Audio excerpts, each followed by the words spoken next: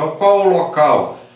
O local deveria ser exatamente o local que ele teve o primeiro encontro com Deus, onde a sarça apareceu ali. Então ali ele teve a visão de Deus, Deus falou com ele e Deus disse: vai lá no Egito, depois volta e traz o povo aqui. E Moisés então voltou, estava ali perante Deus novamente, no mesmo local que ele tinha tido então um encontro com Deus. Agora Deus vai lhe dar as leis. Então leis que vão reger agora o povo de Israel. Ali naquele lugar, o povo e Moisés vão fazer um culto a Deus, vão adorar a Deus e vão receber de Deus as orientações para viverem dali para frente. Então ali a aliança que Deus havia feito com Abraão, Isaac e Jacó, ela é ratificada e ali vai ser entregue o quê? As normas dessa aliança. O que eles deveriam fazer para continuarem em aliança com Deus. Então a aliança no Antigo Testamento, ela é condicional. Você pode ver Deuteronômio falando sobre isso. Deuteronômio 28 fala sobre isso. Então são normas da aliança. Se você fizer isso, você recebe isso. Se você não fizer isso, você não recebe isso. Então são normas. A aliança no Antigo Testamento, ela possuía normas, leis que regulavam essa aliança. Então se você obedecer a Deus, você recebe bênção. Se você desobedecer a Deus, você recebe maldição. Então ali eles estavam recebendo as normas da aliança. Então, a norma para seguir. Faça isso para que você seja abençoado. Então ali os israelitas tiveram uma revelação da glória de Deus, do poder de Deus. Ficaram até com medo de morrerem todos.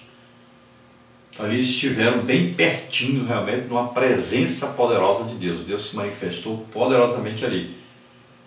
Todo o monte tremia, pegava fogo, né? E até hoje, se você for lá em cima desse monte, você vai ver que ali está preto de queimado. Então é uma região vulcânica ali.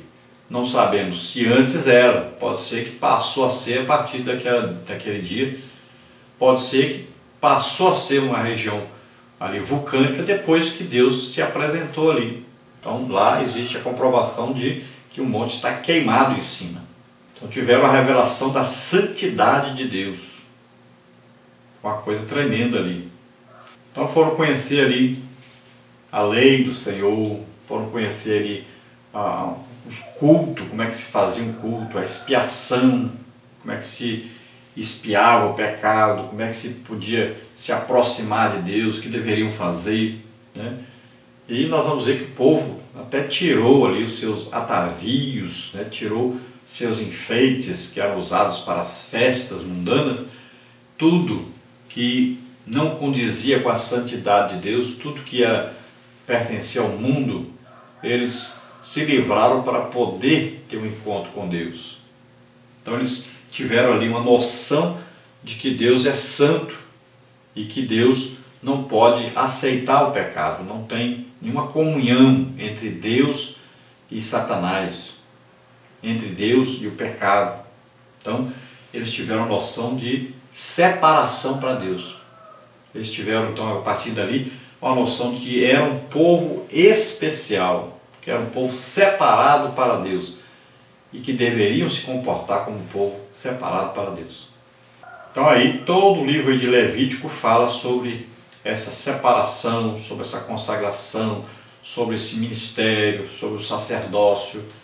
Então tudo isso é visto no livro aí de Levítico. Então dali do Monte Sinai para a terra prometida não era tão longe, era perto, vamos dizer cerca de 500 quilômetros por aí. Eles poderiam fazer essa caminhada rapidamente. O problema é que eles pecavam, eles murmuravam, foram para a idolatria, não tiveram fé em Deus, e aí Deus se revoltou contra eles e foram morrendo pelo deserto. Levaram 38 anos do Monte Sinai até a Terra Prometida. Vamos ver tópico 2, a permanência no Sinai. No Sinai, Israel permaneceu conforme as determinações do Senhor a Moisés cerca de 11 meses. Durante sua permanência ali, Israel caiu no abominável pecado da idolatria do bezerro de ouro. Êxodo 32, 1 a 8 e 25. Com a idolatria veio a obscenidade, a imoralidade e a prostituição. Este horrível pecado de Israel é mencionado várias vezes através da Bíblia, sempre de modo infamante, como em 1 Coríntios 10, 7. Não vos façais, pois, idólatras, como alguns deles, conforme está escrito, o povo assentou-se a comer e a beber e levantou-se para folgar. Apesar de Israel ter falhado, o eterno propósito salvífico de Deus não falhou. Efésios 3, 11. Então devemos nos lembrar aí que no meio do povo existiam egípcios. E ali, com a idolatria que fizeram, Moisés estava demorando, subiu ao monte, passou lá 40 dias com Deus, e eles disseram, esse Moisés nós não sabemos nem se ele vai voltar. Vamos fazer aqui um Deus que nós podemos ver. Esse Deus aí nós nunca vimos a cara dele. Nós vimos que ele faz milagre, faz tudo. Mas como é que ele? Como é que é o seu formato? Nós queremos um Deus que nós podemos tocar nele, que nós podemos ver, podemos controlar, colocar onde quisermos. Porque a idolatria faz isso. A pessoa arranja aí uma imagem, aí coloca ali. Enquanto ela está perto da imagem, ela se comporta de uma maneira. Quando ela se afasta dessa imagem, ou coloca essa imagem para outro lugar, então ela se comporta de outra maneira. Então agora a tendência da idolatria é essa. Deus está me vendo, é a imagem aqui. Então eu fico quieto. Deus não está me vendo, então eu posso fazer o que quiser. Então a pessoa que controla Deus, não é Deus que controla ela. Então isso é que leva aí a idolatria das pessoas sempre a ter uma imagem, que é um controlar Deus. Então eles fizeram uma imagem, pegaram ali os brincos, as pulseiras de ouro que trouxeram do Egito, a riqueza que trouxeram do Egito, derreteram isso, fizeram ali um bezerro de ouro e foram adorar esse bezerro. Se você quiser estudar mais sobre esse bezerro de ouro, veja aí os estudos do professor Caramuru, ele faz um estudo sobre exatamente esse bezerro de ouro. Então eles disseram, vamos fazer para nós um Deus aí. E Arão, irmão de Moisés, é que foi o líder ali para mediar aí entre esse Deus falso aí e o povo. Então, para adorar a esse falso Deus, o povo liberou geral. O povo se entregou ao pecado. Obscenidade, né? Aí, prostituição, todas as abominações contra Deus, a idolatria terrível ali. Começaram então a se banquetear, ao invés de comerem moderadamente para guardarem para a sua caminhada, nada disso.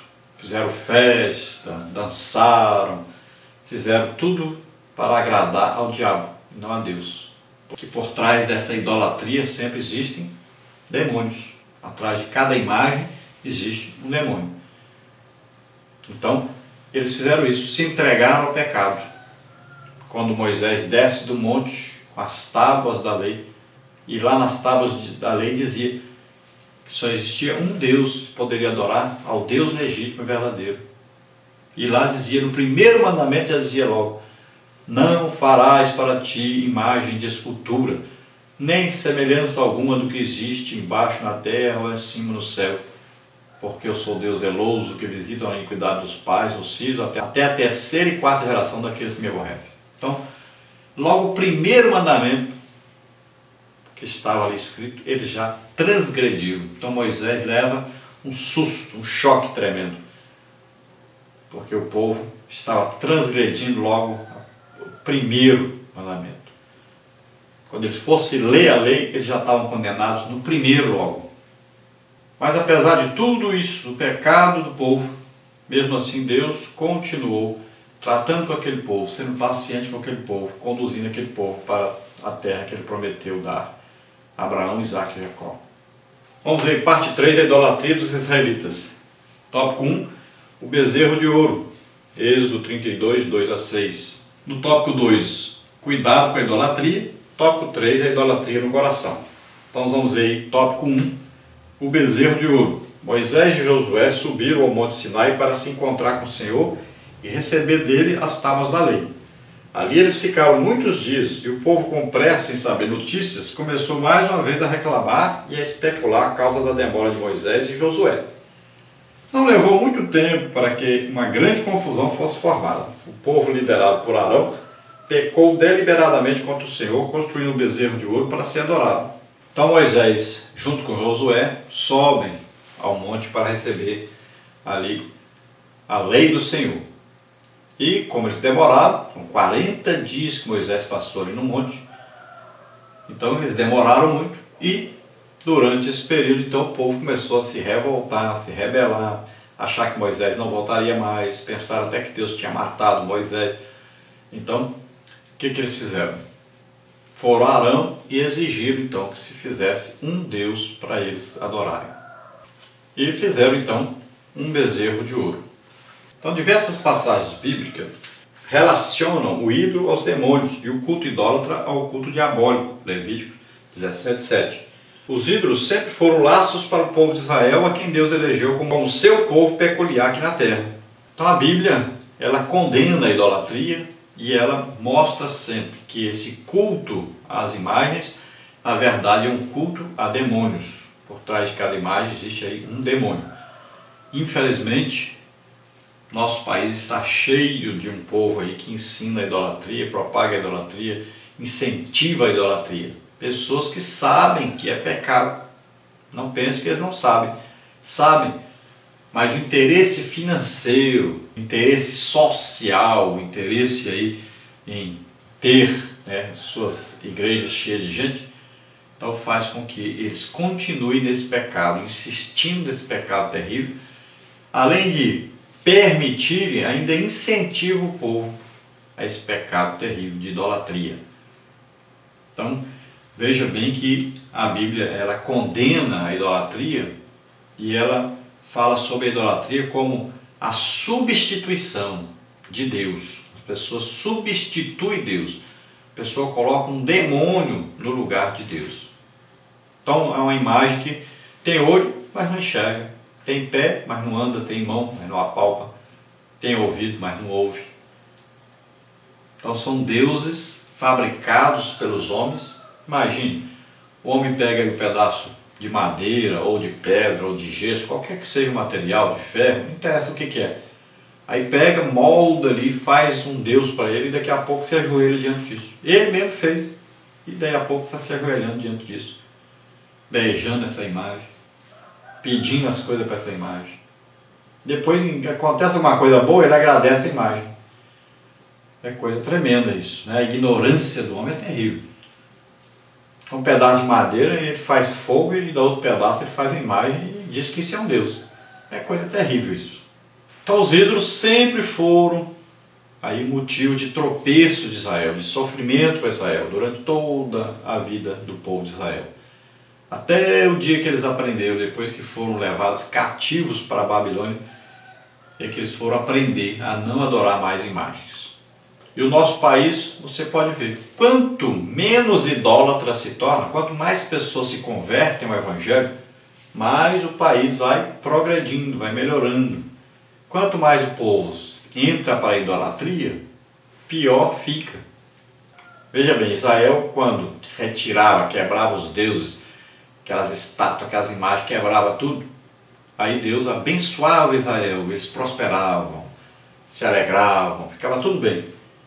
Mas quando eles voltavam à idolatria, daí a pouco estavam pobres, eram invadidos por outros povos, guerra, era fome, aí acontecia de tudo, ficavam pobres, tudo por causa da idolatria.